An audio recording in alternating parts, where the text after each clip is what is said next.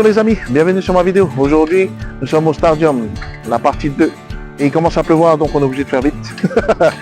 Comme vous l'avez constaté, aujourd'hui on a fait le montage de la toiture en Niao. Approximative, on essaye de vous montrer au fur et à mesure les avancées de la construction. On vous montre déjà l'entrée, ça sera l'entrée du Stardium qui est là. Je ne sais pas si vous allez voir, il y a un gros bois qui passe au milieu. Ici, c'est l'entrée du Stardium. La deuxième chose, on a mis les Niao. Les bois, ils sont faits en fait juste pour le moment, provisoirement, pour les faire tenir, mais ils seront posés, fixés et plus proprement, on va dire. Voilà. On a installé aussi les petits paravents, on appelle ça, pour cacher l'intérieur à l'extérieur, en design en sorte de bambou. Je sais pas si vous voyez à peu près comment que c'est, mais voilà. On va faire la petite visite dedans, on va essayer de faire au mieux. Si le son il est pas bon, je suis désolé, c'est que les gars ils sont en train de travailler et je veux pas trop les déranger justement. Donc du coup on essaye de faire. Déjà j'aurais demandé d'arrêter la musique, ils ont dit oui avec amour et gentillesse. Là on est en position extérieure du Stardium. Alors extérieur, quand je dis extérieur, en fait le Stardium il a deux parties. Il a une partie intérieure où il y aura le DJ avec la piste de danse et tout. À l'intérieur du Stardium, il y a un coin extérieur. C'est là où je suis. Alors il y aura le coin qui a le deck qui est là-bas avec normalement, je sais pas si cette année on va faire une petite baraque. Et on a ce petit faré.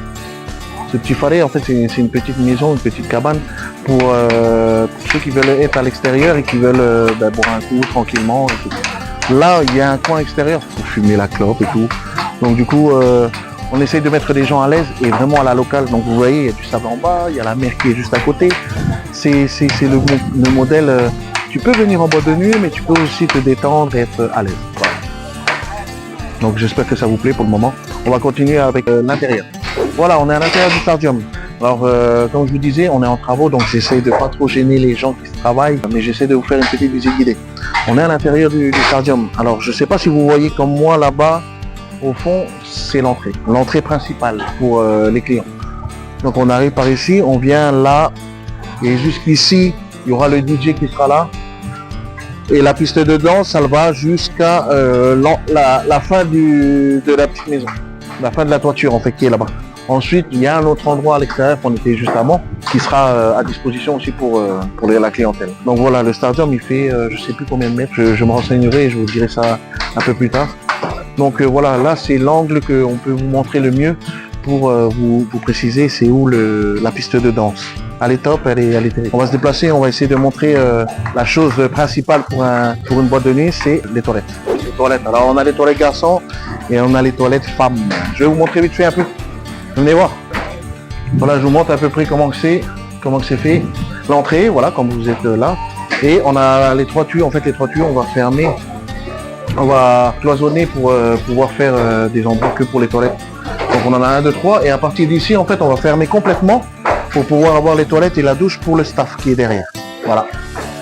Voilà, là on est à l'arrière du Stardium, l'arrière de la scène, l'arrière de la piste de danse, l'arrière de tout. En fait c'est le coin staff, hein. Donc on va pas faire non plus très jolie façon de dire, mais il faut qu'on soit au moins à l'aise. Donc du coup là on est toujours en travaux, hein, comme je vous ai expliqué. On a la partie dortoir, c'est ici en fait le dortoir. Ça sera fermé à partir de là et il y aura le coin dortoir et comme ça après on sort juste sur le côté pour pouvoir aller prendre une douche et aller aux toilettes. Voilà, là on est à côté ce que je vous ai montré tout à l'heure, le dortoir, le coin dortoir. Alors on vient sur le dortoir et ici on est dans le coin où il y a le bar. Et cette partie-là, c'est la partie, c'est le stock de boissons et tout ce qui est ravitaillement pour l'alcool et les jus et ainsi de suite. Là on est dans la partie au bar, servir les clients, il part des poteaux en fait de là jusque là-bas. Et il fait l'angle comme ça, qui va jusqu'à l'extérieur. Là, on est du côté des Niao. Alors, je vais vous montrer vite fait. Les Niao, c'est utilisé pour la toiture pour protéger, faire comme des tuiles ou des pôles. Et c'est comme cela. C'est comme ça. Donc voilà, c'est des feuilles tressées de façon spéciale. Et en fait, on les pose comme ça et on les superpose l'un sur l'autre pour justement que quand il pleut, ça coule et ça va vers le bas. C'est vraiment un modèle comme les tuiles mais local que j'aime. Peut-être que plus tard elle nous donnera plus d'explications et comment c'est fait, avec quoi exactement. On y va, on continue. Je mets mes lunettes quand je sors parce que le soleil il est tellement tapant sur le sable que ça me pète les yeux. Donc là je suis du côté des bois. Alors tous ces bois là il y a des modèles différents, gros ou petits. C'est ce qui permet de faire les poteaux de maintien pour les constructions, hein, pour les fondations plutôt. Donc du coup, ben, voilà, je voulais juste vous les montrer. Ils sont préparés. Alors on va les chercher dans la forêt, dans la brousse. On les décortique, on les écorce. Je crois que c'est ça comme ça qu'on dit. Enfin, j'espère. Dites-le moi en commentaire si c'est ça. Quoi. Et une fois qu'ils sont écorcés, enfin décortiqués comme ça, on les amène dans la mer et on les laisse pendant quelques jours pour que à la fin ils soient vraiment en fait costauds. Ils sont légers, mais ils sont vraiment pari. Pari, ça veut dire dur. Ils sont très très durs. Donc voilà, c'était juste une petite parenthèse. Il y a des modèles différents. Il y a des modèles différents comme ce modèle-là. Et en fait, on les utilise pour faire des barrières. En fait, on les met comme ça. Et après, on coupe en biseau les petits pour pouvoir faire... En fait, nous, c'est ce qu'on va utiliser. Le reste, on va les utiliser pour faire l'extérieur. Parce que je ne sais pas si vous avez vu, derrière, il y a la mer en fait directement. Donc du coup, ben voilà, on essaye de faire au mieux pour que ça soit quand même sécurisé. Bon, je voulais faire une petite parenthèse exceptionnelle aujourd'hui. Je voudrais juste parler que le Heiva existe depuis des siècles et des siècles. Donc du coup, il n'y a jamais eu de problème. Et moi, je trouve un peu dommage que on leur dit encore, parce que les forains, il ne faut pas croire, mais ils dépensent énormément pour faire ces choses comme ça pour un seul mois. Faut pas oublier, c'est un mois seulement. C'est pas plusieurs mois, c'est qu'un seul mois.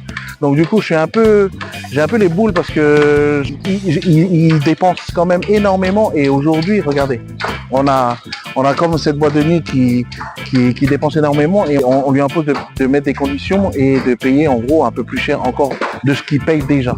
Moi, je trouve ça un peu dommage parce que il n'y a jamais eu de plainte, sur des personnes qui ont fait justement ces farechurei. Le farechurei, hein, comme je vous disais, c'est les baraques du jeu de juillet. Ils ont jamais eu de problème parce que ça existe depuis des décennies. Donc il faut arrêter de pouvoir encore imposer les personnes. Ils font plaisir à la population et aux touristes. Les touristes, ils sont émerveillés. C'est le seul Heiva ici à Bora Bora qui est comme ça. Donc voilà, je voulais préciser cette chose-là parce que j'en veux pas à ce qu'ils veulent faire ou quoi que ce soit, je suis d'accord avec eux, mais faut pas oublier que ça fait des décennies qui sont comme ça et que ça fonctionne depuis longtemps. Donc du coup, je comprends pas pourquoi il faut imposer encore des choses et des choses. Un an, ils travaillent pour un seul mois, dépenser tout ce qu'ils gagnent en un an, façon de dire, pour dépenser en un mois pour pouvoir faire justement c'est ce plaisir de cette coutume, de cette culture. Donc évitez de critiquer les gens qui aiment bien critiquer facilement, évitez. On est tous pareils, c'est juste que on essaye de faire au mieux. On est tous des Polynésiens qui veulent agrandir la chose, qui veulent montrer les choses proprement et dans le droit. Et moi aujourd'hui, je vous félicite, tous les forains qui sont, que ce soit dans toutes les îles, même à Tahiti, qui sont dans les Raromatei, surtout à Bora, bon courage, Faitoto, continue comme ça. C'est une culture qui reste depuis des années et il ne faut pas la perdre. Les personnes qui viennent mettre des conditions comme ça, il faut éviter. Comme on dit, on est des êtres humains, on sait quand même de ne pas faire du mal à une autre personne. Quand je dis ça, c'est parce que l'hygiène, la sécurité, il y avait quelques temps, ils disaient le pandanus, ça peut prendre vite feu. C'est vrai, mais nous, par exemple, dans le stadium, on a des sécurités qui imposent aux gens de sortir dehors pour aller fumer leur clope.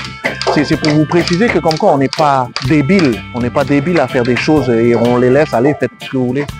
Ça fait des années que ça marche, il n'y a pas eu de mort, il n'y a rien eu, donc laissez vivre le Churei et adaptez-vous, c'est à vous de vous adapter à la culture locale, c'est pas les locaux qui doivent s'habituer à vous. Réfléchissez juste à ça, c'était une petite parenthèse, je ne cherche pas à faire la polémie sur les réseaux sociaux ou quoi que ce soit, j'explique juste que j'ai pas envie de voir s'éteindre ce Heiva à cause de certaines choses comme ça. Donc pensez-y s'il vous plaît, merci.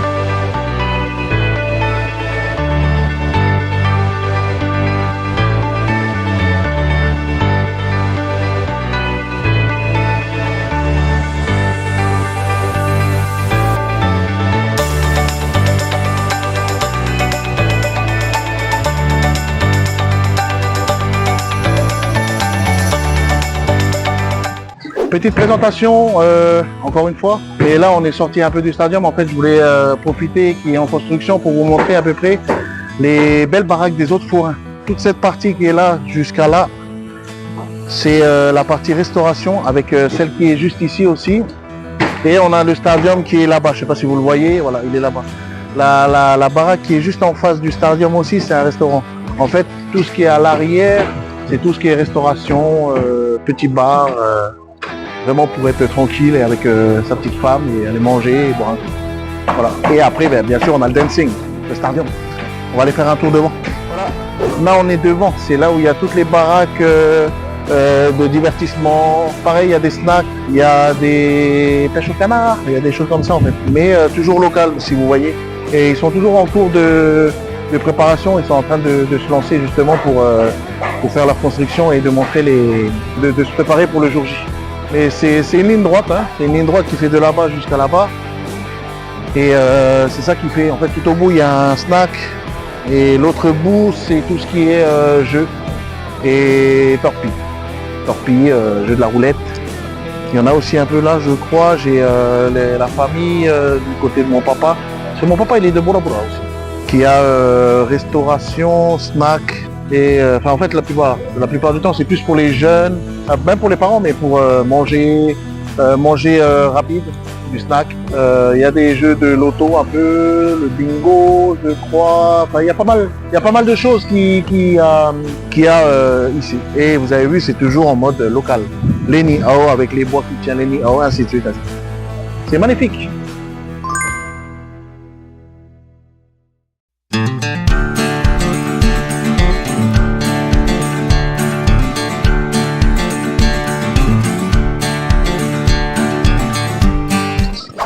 Nous revoici le duo Choc, comme d'habitude, comme vous avez vu.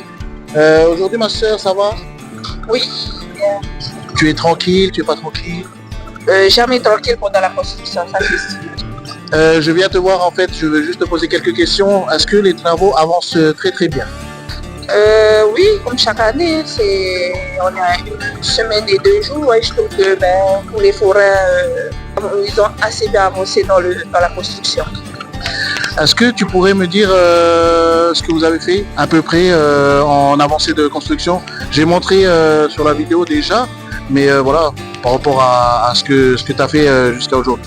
Alors cette semaine, on a terminé la toiture, hein. On a fini de poser les nids. Là, depuis 2 jours, on attaque les bambous pour pouvoir caché l'intérieur. On a fini de cloisonner aussi bien pour les toilettes, la salle de bain, enfin tout l'arrière.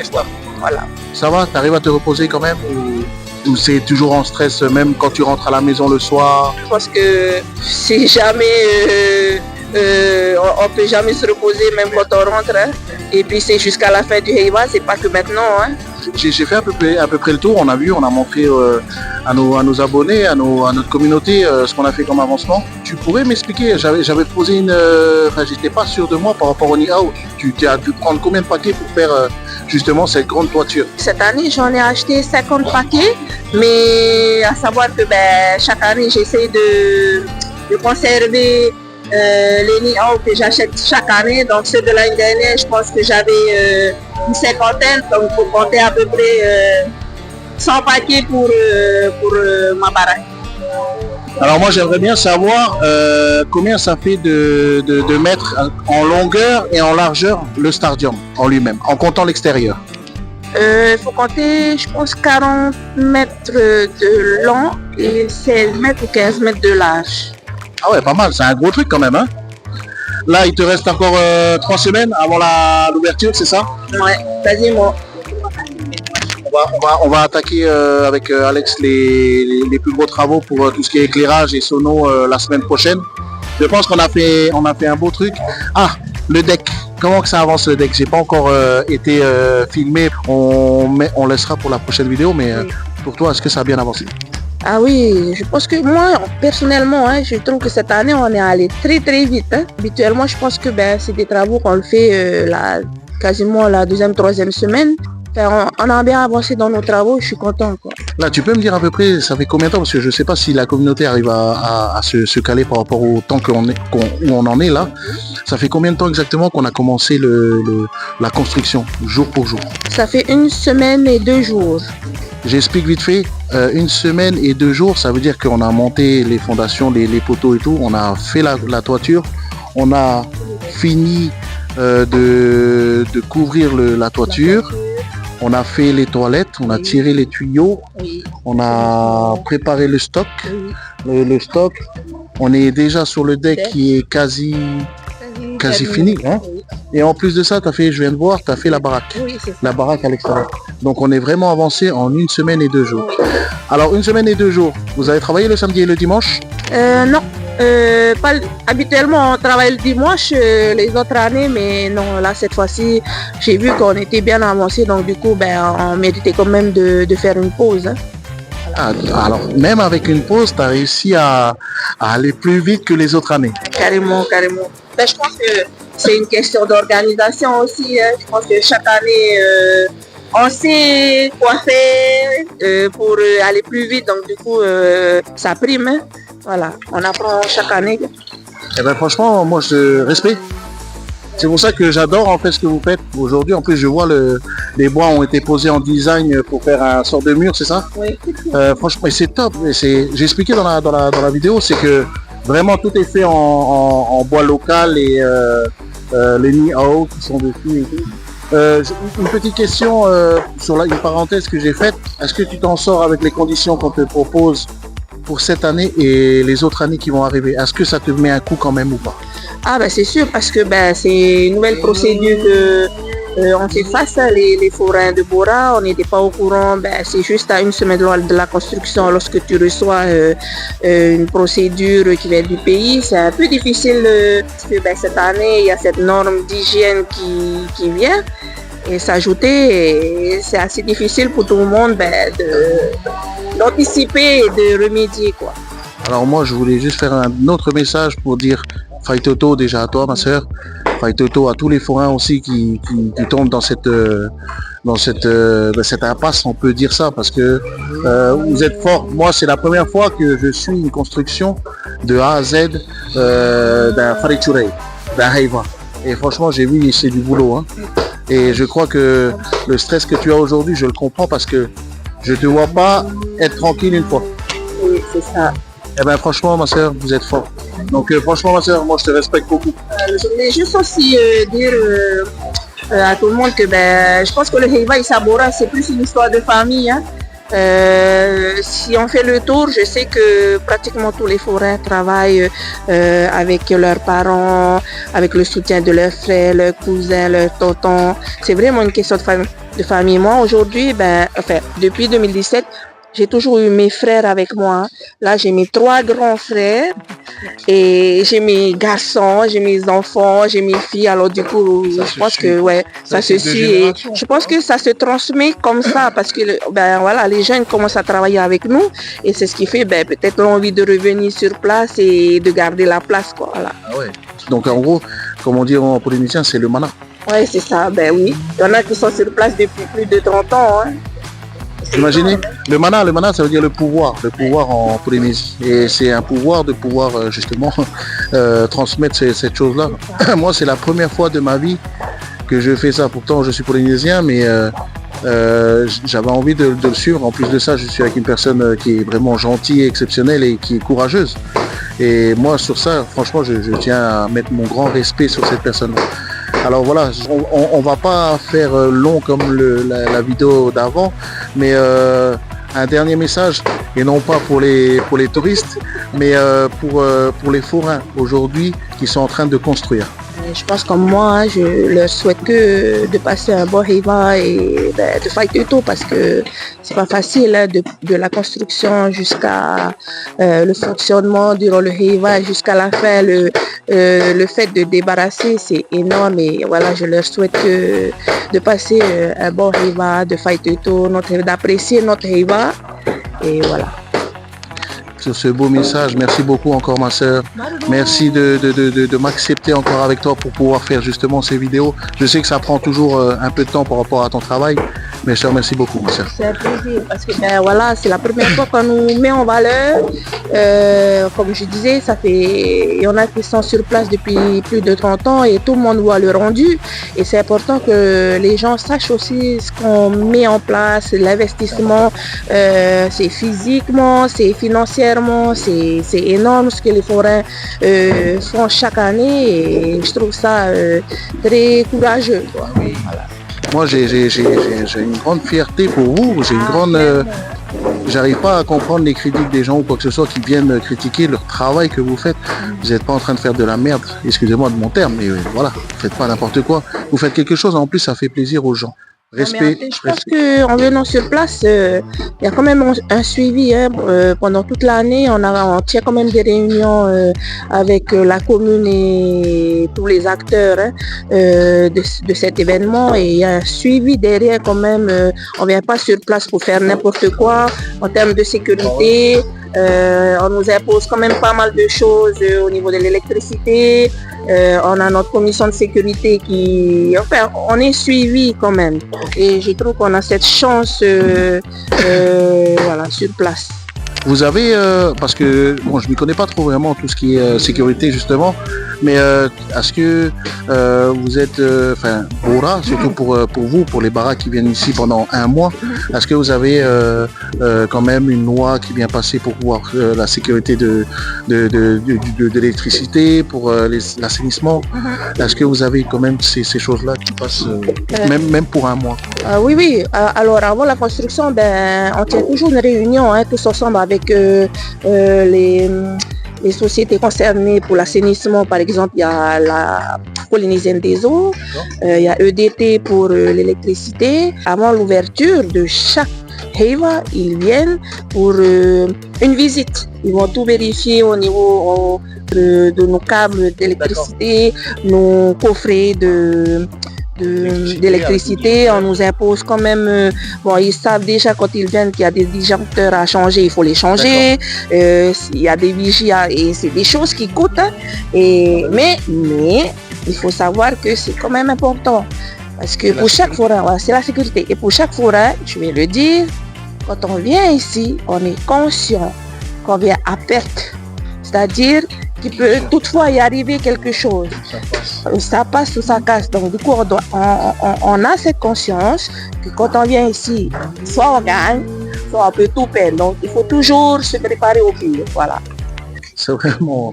C'est vraiment quelque chose d'important ce que tu viens de dire parce que je crois que la plupart des gens qui viennent profiter du Heiva ne se mettent pas à votre place. Oui, c'est ça. Du coup, moi déjà d'une pour niveau sécurité, pour que ce soit l'électricité, l'assainissement qui est top parce que c'est quelque chose d'énorme que notre Tamana a mis en place, notre maire de Bora. Et franchement, j'avoue qu'il a été fort.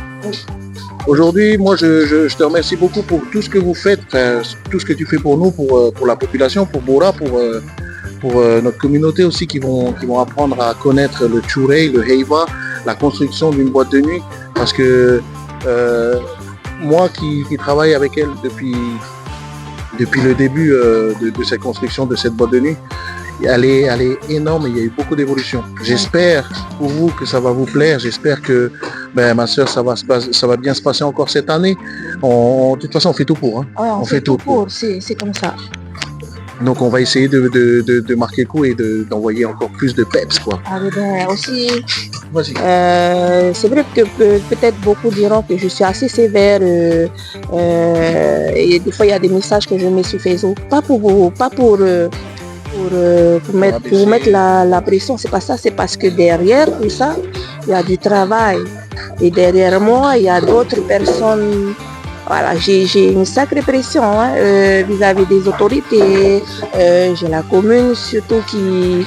je dois respecter, je suis quand même soumise à des règlements. Donc, lorsque vous venez ici, qu'on met des vigiles en place, je parle de mes vigiles. Ne venez pas ici et puis vous avez cette facilité de ramener la faute sur les autres. Alors respectez l'organisation encore, je dis, aussi bien sur la place que quand vous venez en boîte, on est là pour un mois. C'est du travail, c'est de l'investissement. Donc venez, on est là pour partager ce moment avec vous, respecter mes vigiles parce que c'est eux les acteurs de la soirée. Sans eux, c'est une soirée qui peut partir en ville. Donc, respectez-les. Lorsqu'on met des consignes en place, ça vient de moi, ça vient pas d'eux. Donc, du coup, faut se respecter. Donc, c'est une soirée qui va bien se passer. Voilà. Eh ben oui, moi je dis merci beaucoup parce que on a un sacré travail quand même chaque année. Moi j'ai connu le début jusqu'à aujourd'hui. On cherche pas à se faire respecter en étant le plus fort comme j'explique. Oui, c'est ça. C'est on essaie de se faire respecter pour les lieux, le travail de chacun. C'est ça. Et c'est ça aujourd'hui que moi j'essaie de faire comprendre en tant que responsable de la sécurité du Stadium. Et je dis toujours merci à tous mes sécurités qui viennent travailler avec moi chaque année. Il y en a qui sont toujours depuis le début aussi qui travaillent avec moi et il y a des nouveaux. Et je leur remercierai chaque fois à la fin du mois et encore plus pire la patronne, Lobita. Elle met toujours quelque chose en valeur pour nous parce que elle sait très bien que les risques qu'on a et tout ce qui s'ensuit. Exactement. Donc merci beaucoup. Aussi, on est combien en effectif de vigiles? 10 pour les petites soirées et pour les grandes soirées on va jusqu'à un peu plus. Donc pour vous dire, on met tout pour que vous soyez bien Bora Bora. Alors du coup venez et puis voilà, respectez le travail de chacun. Après pour 40 mètres sur 16, oui, c'est un peu normal qu'il faut qu'on ait beaucoup de vigiles. En toute façon, au cours des prochaines vidéos, on va détailler un peu plus parce qu'il y a une fameuse blacklist aussi qu'on en parlera sur les prochaines parce que pour le moment, on n'est que dans la construction. Mais on donnera un peu plus d'informations, comment ça se déroule, nos soirées et comment que ça se passe aussi justement par rapport à la blacklist. On va pas en dire plus, on se focalise déjà pour la construction et qu'on fasse bien les choses jusqu'à le jour J. Ma sœur, merci beaucoup encore une fois, toujours fidèle au poste et j'espère que vous serez nombreux à voir et à liker cette vidéo. N'hésitez pas à la partager, abonnez-vous, appuyez sur la cloche et appuyez sur le pouce. C'est toujours un plaisir de vous faire partager des choses qui se passent sur Bora Bora surtout. C'est notre vie de tous les jours, on va dire. Merci beaucoup. On va en rester là. Gros bisous à tout le monde et on se bip. À la prochaine.